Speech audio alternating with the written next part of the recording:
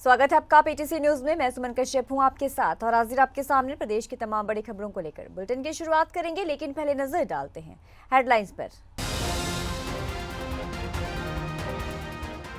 सांसद दीपेंद्र हुड्डा का भाजपा पर पलटवार, कहा हरियाणा की जनता भाजपा से परेशान। भाजपा सांसद कंगना रनौत पर भी जमकर बरसे दीपेंद्र। विनेश फोगाट को लेकर अभय चौटाला का बयान, बोले कांग्रेस ने विनेश फोगाट की सरकारी नौकरी भी छुड़वा दी। हरियाणा में न्यालो और बसपा 25 से 30 सीटें जीतेगी। जगाधरी विधानसभा में कांग्रेस को मिली बड़ी मजबूती, बसपा के प्रदेश महासचिव हरप्रीत बत्रा कांग्रेस में हुए शामिल। अपने साथ कई सिख समाज के साथियों को लेकर थामा हाथ। गन्नौर विधानसभा से निर्दलीय प्रत्याशी देवेंद्र कादियान को मिल रहा भारी समर्थन। जनता कांग्रेस और भाजपा के प्रत्याशी से परेशान हो चुकी है, ये कहा कादियान ने। चुनावी प्रचार में जुटे भाजपा प्रत्याशी निखिल मतदान, बोले जनता सोनीपत में कमल खिलाने का काम करेगी। सोनीपत शहर को बेहतर बनाना है हमारा संकल्प।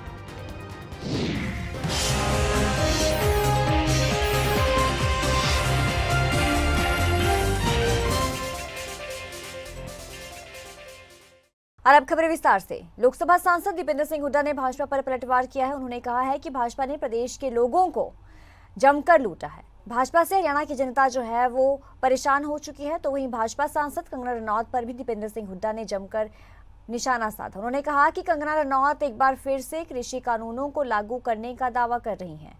हरियाणा में चुनाव खत्म होते ही अगर भाजपा की जीत होती है तो तीनों कृषि कानून को लागू किया जाएगा। दीपेंद्र सिंह हुड्डा ने कंगना रनौत को चुनौती दी कि किसी भी हालत में तीनों कृषि कानूनों को लागू नहीं होने दिया जाएगा। बहुत अच्छा बहुत लग रहा है। कांग्रेस पार्टी के पक्ष में पूरे हरियाणा के कोने कोने से एक ही आवाज आ रही है, बीजेपी की सरकार जा रही है और कांग्रेस पार्टी की सरकार हरियाणा आ रही है और बड़े बहुमत के साथ आ रही है। क्योंकि बीजेपी ने आज हरियाणा वासियों को 10 साल में केवल कुशासन दिया। हर वर्ग बीजेपी से परेशान हो चुका है हरियाणा में। हर वर्ग का अपमान हुआ, हर वर्ग की अनदेखी हुई, हर वर्ग का तिरस्कार हुआ। 10 साल की इनकी सरकार में कोई भी एक काम बताने लायक भी नहीं। इनके जो केंद्रीय नेता आ रहे हैं, जैसे गृह मंत्री जी आए, वो अपनी आधे घंटे की स्पीच में 20 मिनट तो कश्मीर पे बोलते हैं और 10 मिनट हुड्डा साहब पे और कांग्रेस पार्टी में निशाना साधते हैं। तो यानी कि कुछ बताने लायक काम भी नहीं। 10 साल की सरकार की कोई उपलब्धि बताए, हम माने उपलब्धि भी बताने लायक दिखाई नहीं दे रही। और इनके सांसद कंगना रनौत, इनके सांसद ये बयान दे रहे हैं कि टाइम आ गया 3 काले कानूनों को दोबारा से लागू करा जाए और हरियाणा में चुनाव बीजेपी के जीतते ही दोबारा लागू करेंगे 3 काले कानून। ऐसे बयान इनके सांसद कंगना रनौत दे रही हैं। उनको नहीं पता कि 750 किसानों की जान की कुर्बानी देने के बाद, शहादत देने के बाद ये 3 काले कानूनों को वापस कराने का काम हमने किया था। वो ना भूलें ये बात।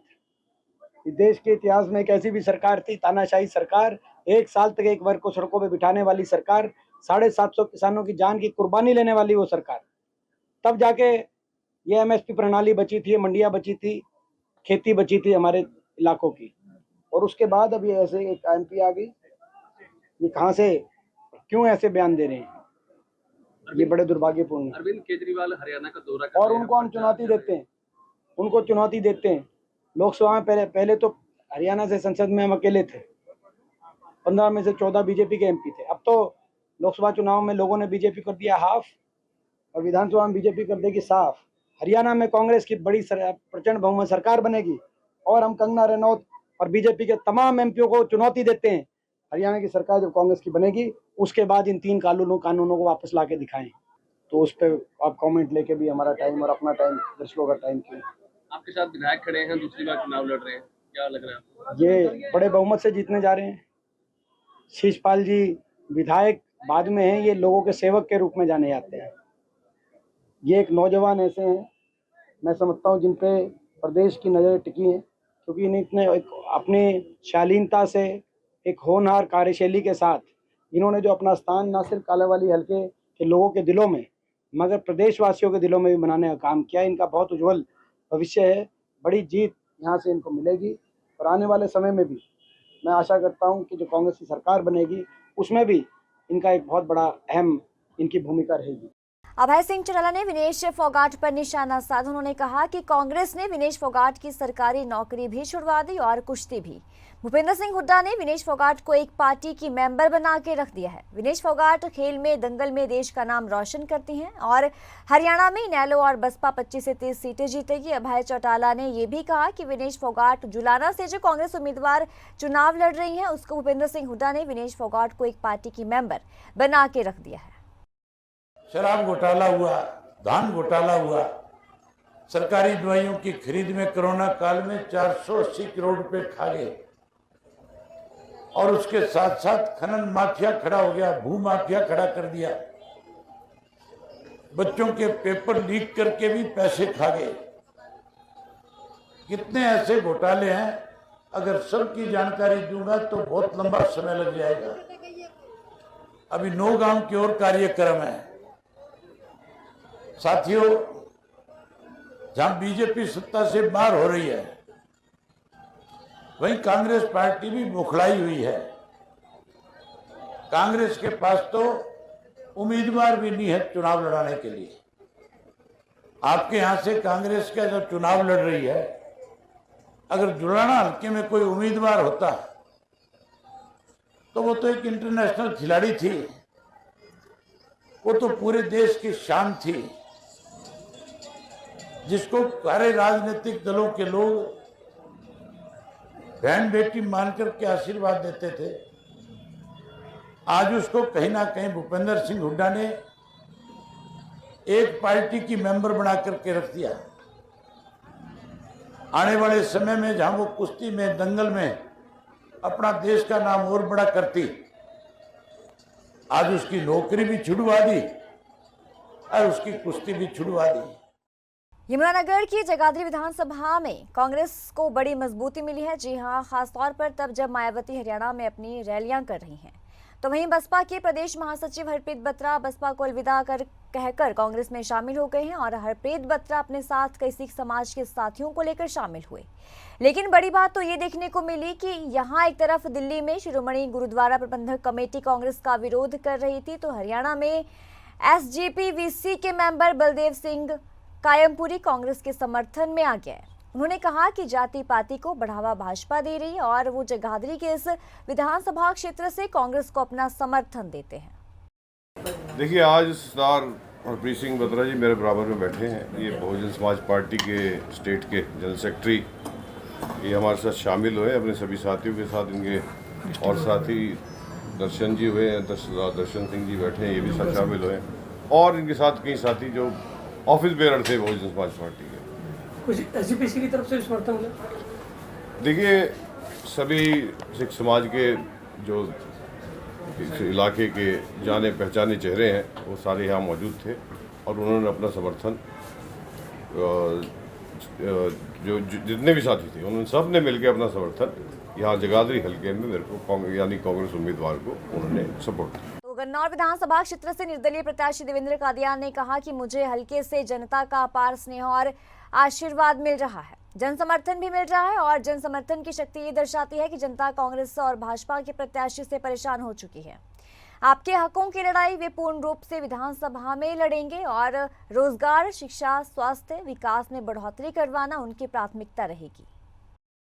देखिए, हमारा पहला जो कार्यक्रम रहता है लगभग 8:30 बजे शुरू हो जाता है। अभी हम पुख्तला गांव में, हमारा तीसरा कार्यक्रम है। ये बड़ी सभा थी हमारी और डेली छोटी बड़ी मिला के हम लगभग 2 दर्जन सभाएं करते हैं। हर जगह से क्या बुजुर्ग, क्या नौजवान, क्या हमारी मातृशक्ति बढ़ चढ़कर अपने बेटे भाई को आशीर्वाद देने के लिए पहुंच रहे हैं। और मुझे ऐसा लगता है गन्नौर हल्के का जो परिणाम आएगा वो हरियाणा में सबसे अव्वल होगा। सबसे बड़ी जीत हरियाणा की गन्नौर हल्के की होने वाली है। सर, चौधरी भूपेंद्र सिंह का आज गन्नौर के अंदर रोड शो कर रहे हैं, इससे कितना फर्क पड़ने वाला है? देखिए, गन्नौर की जनता ने मन बना लिया है। जिस आदमी के लिए वो वोट मांगने आए हैं, गन्नौर के लोग उसको वोट देना नहीं चाहते। वो जबरदस्ती का थोपा हुआ कैंडिडेट है। उन्होंने पार्टी की भी मुखालफत की है। हुड्डा साहब खुद चुनाव लड़ रहे थे, जब उनको हरवाने का काम किया ये वही नेता है। और मैं समझता हूं ये केवल खानापूर्ति का दौरा है। राष्ट्रीय नेताओं का प्रेशर रहता है कि आप जाइए, वो स्वयं भी नहीं चाहते इसको जिताना चुनाव। प्रत्याशी और उसका बेटा दोनों कह रहे हैं कि हमारे घर से पर्ची जाएंगी और नौकरी मिलेंगी। हम भी उन जादुई पर्चियों को देखना चाहते हैं। एक बार बाहर मीडिया के सामने, कैमरे के सामने ले आइए, कौन से कलर की पर्ची है जिससे सरकारी नौकरी मिलती है। गरीब के बच्चे भी देखना चाहते हैं, छत्तीस बिरादरी के बच्चे देखना चाहते हैं ऐसी कौन सी पर्ची है जिससे बिना पढ़ाई पढ़े, बिना अव्वल नंबर लिए, बिना कोई निष्पक्ष एग्जाम हुए, कौन सी नौकरी उनके पास है जो ये नौकरी देंगे। सोनीपत विधानसभा से भाजपा के प्रत्याशी निखिल मदान ने ये कहा कि जनता को भारतीय जनता पार्टी पर पूरा विश्वास है और यही विश्वास सोनीपत में कमल खिलाने का काम करेगा। उनका संकल्प ये है कि सोनीपत शहर को बेहतर बनाया जाए और वो इसी संकल्प के साथ आगे भी बढ़ते जा रहे हैं। सोनीपत की जनता ने उन्हें आशीर्वाद देकर मेयर बनाया था और नगर निगम के माध्यम से उन्होंने शहर की अधिकतर समस्याओं का समाधान करवाया था और अब जो शहर की प्रमुख समस्याएं हैं उन्हें जनता आशीर्वाद देती है तो विधानसभा के माध्यम से हल करवाने का प्रयास रहेगा।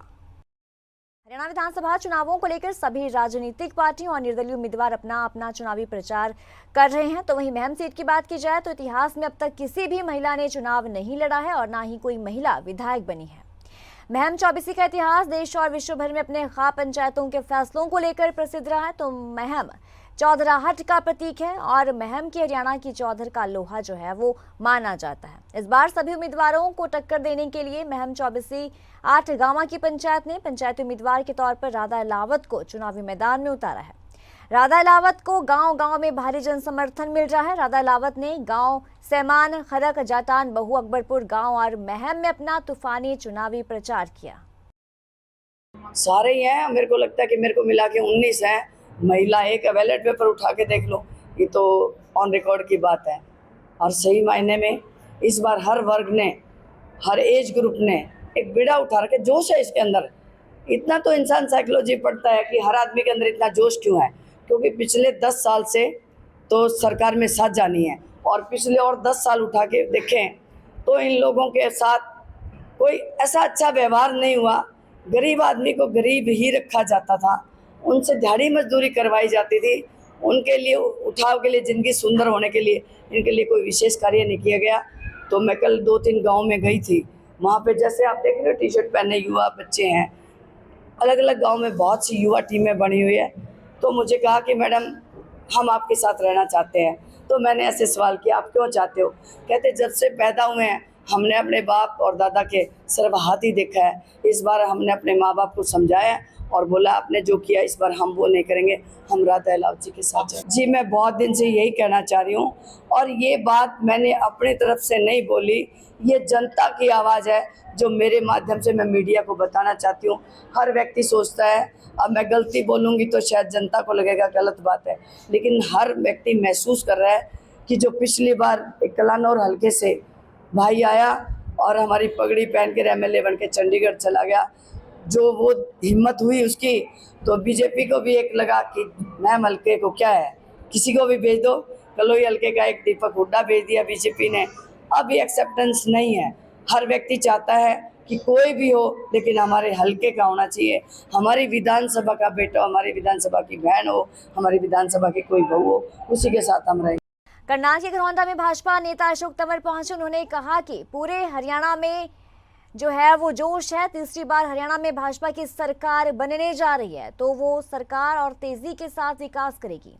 संकल्प पत्र में भी कई वादे हमने किए हैं। तो वहीं कुमारी शैलजा को लेकर अशोक तंवर ने ये कहा कि वैसे तो वो हमारी बहन है और वो हमारा साथ देती तो कुछ मामला और होता। जो घटना उनके साथ हुई है वही घटना हमारे साथ भी हुई थी। हमने तो 5 साल 8 महीने सड़कों पर बिताए थे, उसके बाद भी लोगों की अनदेखी हुई है। देखिए वैसे तो हमारी बहन है वो, हमारा तो साथ नहीं दिया, नहीं तो पिछली बार ही मामला कुछ और हो जाता। लेकिन आज जिस तरीके से यही घटना जो आज उनके साथ हुई वही पिछली बार हमारे साथ हुई थी। हमने तो बल्कि 5 साल 8 महीने सड़कों पे बिताए थे, साइकिल चलाई थी, पैदल चले थे, इस करनाल की धरती पे कई बार प्रदर्शन और धरने करे थे। लेकिन उसके बावजूद भी मैं समझता हूँ कि लोगों की अनदेखी हुई और इसलिए हमें फैसला लेना पड़ा। बहुत से साथी यहाँ भी बैठे हैं, हमारे मनोज जी स्वागत करेंगे अगर वो बीजेपी में आती हैं। देखिए ये तो उनका फैसला है, पर मैं समझता हूँ कि मनोहर लाल ने भी ऑफर दिया है उन्हें। बिल्कुल जी, मनोहर लाल जी की जो है ऑफर स्वीकार करनी चाहिए। बिल्कुल वो पार्टी के हमारे वरिष्ठ नेता हैं और मैं तो इतना ही कह सकता हूँ कि जो लोकसभा का चुनाव था वो झूठ, अफवाह, षड्यंत्र उसकी बुनियाद पर कांग्रेस पार्टी ने लड़ा। और आज भी हम देख रहे हैं कि विदेशों में जाकर के किस तरीके से जो बातें कभी भारतीय जनता पार्टी के नेतृत्व ने नहीं कही थी वो तो भारतीय जनता पार्टी के नेतृत्व के मंड दी गई। तो ये थी अब तक की खास खबरें और खबरों की ज्यादा अपडेट के लिए आप जुड़े रहिए पीटीसी न्यूज के साथ।